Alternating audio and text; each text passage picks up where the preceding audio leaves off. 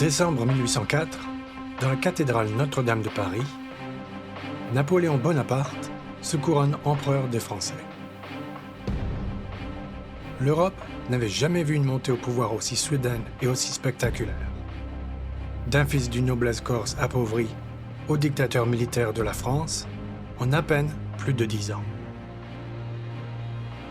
La Révolution et la guerre avaient ouvert la voie à Napoléon vers le trône. La guerre dominerait son règne de 10 ans. Un conflit sans précédent dans l'histoire qui ferait des millions de morts et mettrait d'un continent en ébullition.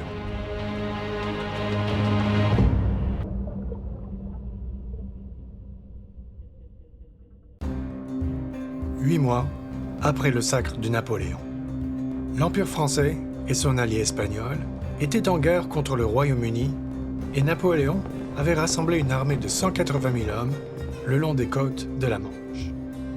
Mais tant que la Royal Navy britannique régnait sur les mers, l'invasion était impossible. Mais le Royaume-Uni ne pouvait pas non plus défier la France sur terre. C'est ainsi que le Premier ministre britannique, William Pitt, a tenté de construire une coalition européenne contre Napoléon en utilisant la diplomatie et l'or. Le Royaume-Uni allait se révéler l'ennemi le plus inébranlable de Napoléon, et sa presse se réjouissait des moqueries incessantes à l'égard de l'empereur français. Le Royaume-Uni et la France étaient deux anciens rivaux, en Europe et à l'étranger. Mais maintenant, Pitt craignait que les conquêtes de Napoléon n'aient rendu la France trop puissante. L'empereur français devait être vaincu et l'équilibre des puissances de l'Europe rétabli, si l'on voulait un jour instaurer une paix durable. Pitt trouva des alliés volontaires en Europe. Parmi les monarques qui méprisaient Napoléon comme un produit de la Révolution française et une menace dangereuse pour l'ordre existant. L'Autriche nourrissait les griefs les plus profonds, ayant vu son influence en Allemagne et en Italie progressivement érodée par les victoires françaises. La goutte qui fait déborder le vase arrive en mai 1805, lorsque Napoléon se couronne également roi d'Italie à Milan. L'Autriche, la Russie, la Suède et Naples ont rejoint le Royaume-Uni dans une alliance connue sous le nom de Troisième Coalition et a conçu un plan ambitieux pour une série d'offensives conjointes contre la France. L'attaque principale serait menée par une armée combinée austro-russe avançant à travers le Rhin jusqu'en France.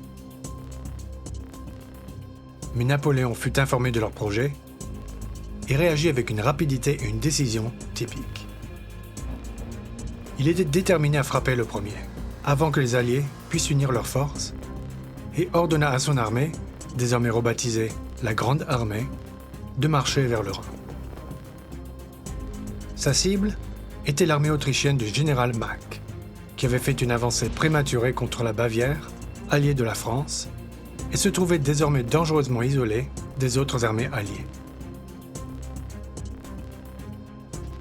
Napoléon ordonna au maréchal Murat, son célèbre commandant de cavalerie flamboyant, de lancer des attaques feintes à travers la forêt noire, tandis que le reste de son armée, avançant à grande vitesse, enveloppait l'armée de Mack par le nord. Cet été-là, la grande armée de Napoléon était à son apogée, bien entraînée, très motivée, avec ses régiments au complet. De plus, elle avait été réorganisée selon le système des corps, imité plus tard par pratiquement toutes les armées du monde. Chaque corps, commandé par un maréchal, était une mini-armée de 15 à 30 000 soldats, avec sa propre infanterie, sa cavalerie, son artillerie et ses branches de soutien, telles que la reconnaissance, le génie et les transports. Cela signifiait que chaque corps pouvait marcher et combattre indépendamment pendant une durée limitée, permettant ainsi à Napoléon de rompre avec l'ancienne doctrine, consistant à garder son armée concentrée et à avancer avec ses corps largement dispersés.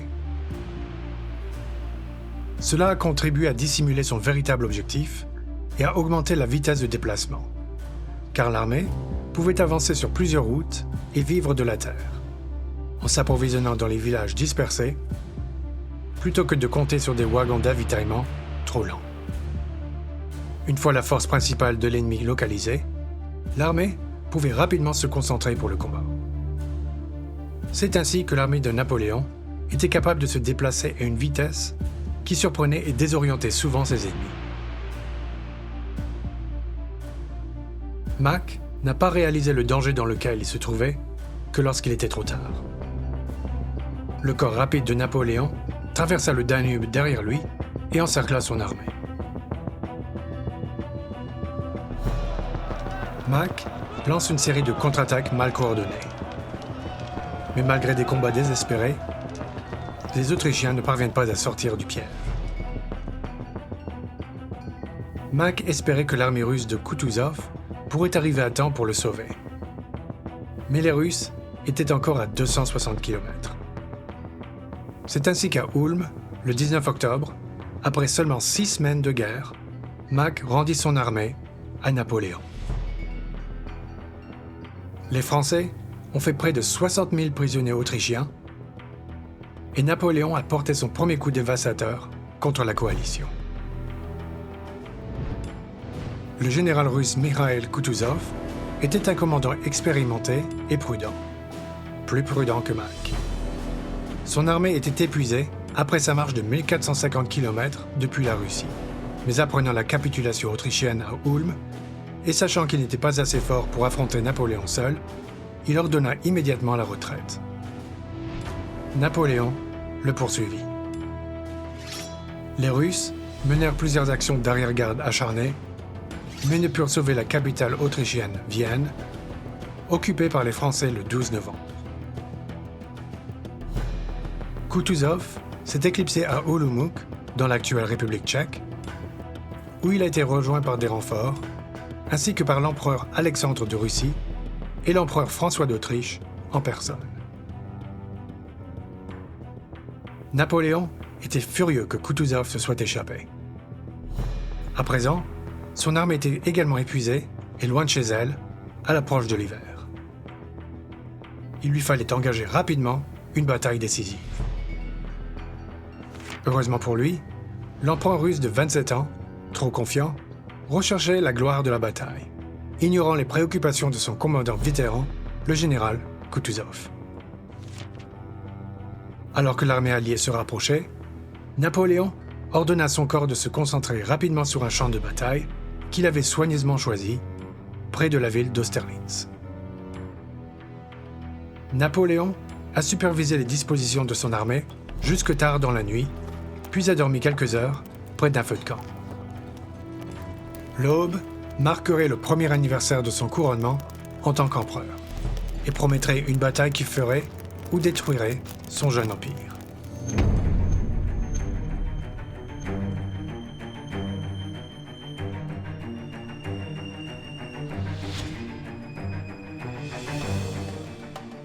La matinée du 2 décembre 1805 était froide et lumineuse, avec une épaisse brume. Deux armées de taille presque égale se sont affrontées sur un champ de bataille de 11 km de large. Mais les Alliés tenaient les hauteurs de Pratzen, tandis que le 3e corps français, dirigé par le maréchal Davout, marchait toujours vers le champ de bataille. Voyant le flanc droit de Napoléon étendu finement, les Alliés planifièrent une attaque à grande échelle depuis les hauteurs de Pratzen pour écraser la droite française avant de se retourner pour envelopper l'armée de Napoléon. Ils ne savaient pas que Napoléon comptait sur sa faible aile droite pour attirer les Alliés dans une telle démarche. Après quoi, il lancerait sa propre attaque sur les hauteurs de Pratzen pour couper l'armée alliée en deux. Son plan audacieux reposait sur sa prédiction correcte des mouvements alliés, l'arrivée rapide du 3e corps de Davout sur sa droite et une contre-attaque parfaitement synchronisée. La bataille débute vers 7 heures, alors que les troupes autrichiennes de l'avant-garde du général Kienmayer affrontent les troupes françaises défendant le village de Telnitz.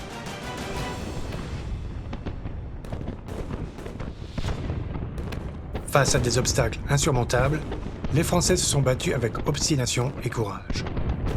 Mais, peu à peu, ils ont été repoussés. Mais les Alliés au lieu de mener leur grande attaque enveloppante, n'ont rien fait. La brume matinale et l'arrivée tardive des ordres avaient semé la confusion et les retards. Il fallut encore 1 heure avant que les 3 premières colonnes alliées ne se mettent en mouvement. Bientôt, de violents combats éclatèrent autour du village et du château de Sokolnitz. Le corps du maréchal Davout, qui venait de faire une marche forcée de 112 km en 2 jours, arrive désormais pour renforcer l'aile droite française. Vers 9 heures, sa brigade d'infanterie de tête surgit brusquement à travers la brume et reprend Telnitz, avant d'être repoussé à son tour par des hussards autrichiens. 2 autres brigades de Davout renforcèrent les troupes françaises à Sokolnitz. Alors que la brume commençait à se dissiper, Napoléon constata que, comme il l'espérait, la gauche alliée s'éloignait des hauteurs de Pratzen et il ordonna au 4e corps du maréchal Soult de commencer son attaque. À l'affolement des commandants alliés, 2 divisions d'infanterie françaises, jusqu'alors cachées par la brume, furent soudain aperçues, s'avançant droit vers le centre allié. Le général Koutouzov fut contraint d'organiser en toute hâte la défense des hauteurs avec l'aide des troupes de la 4e colonne. 2 heures de combats sanglants s'ensuivirent. Les tirs de mousquet furent si rapides et furieux que les 2 camps furent bientôt à court de munitions et se tournèrent vers la baïonnette. À 11 heures, les Français, bénéficiant de l'avantage en matière d'entraînement et de discipline, avaient sécurisé les hauteurs et enfoncé un profond coin dans la position alliée.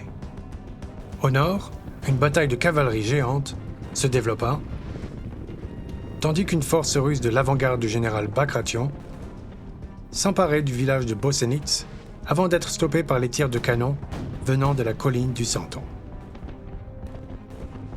Une charge décisive de 6 régiments de cavalerie lourde française repousse finalement les Alliés, permettant au 5e corps du maréchal Lannes d'avancer et de s'emparer de Blasowitz et de Krug. Le grand-duc Constantin, commandant la garde impériale russe, mena cette dernière réserve alliée dans une tentative désespérée de reconquérir les hauteurs de Pratzen.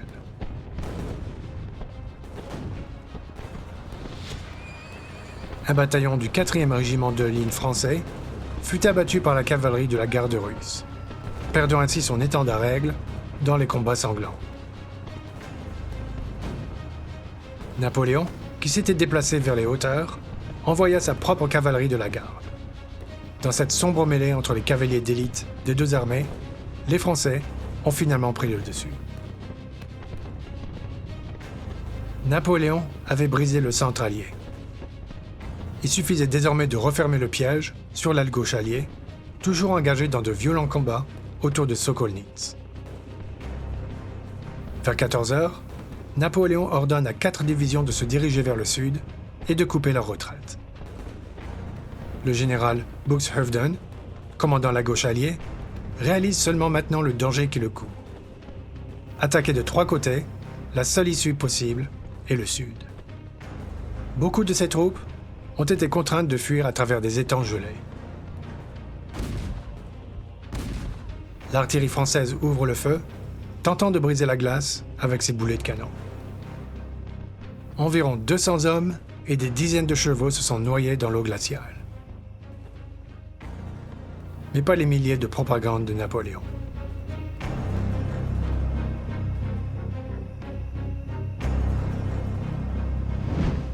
L'empereur français avait remporté une brillante victoire.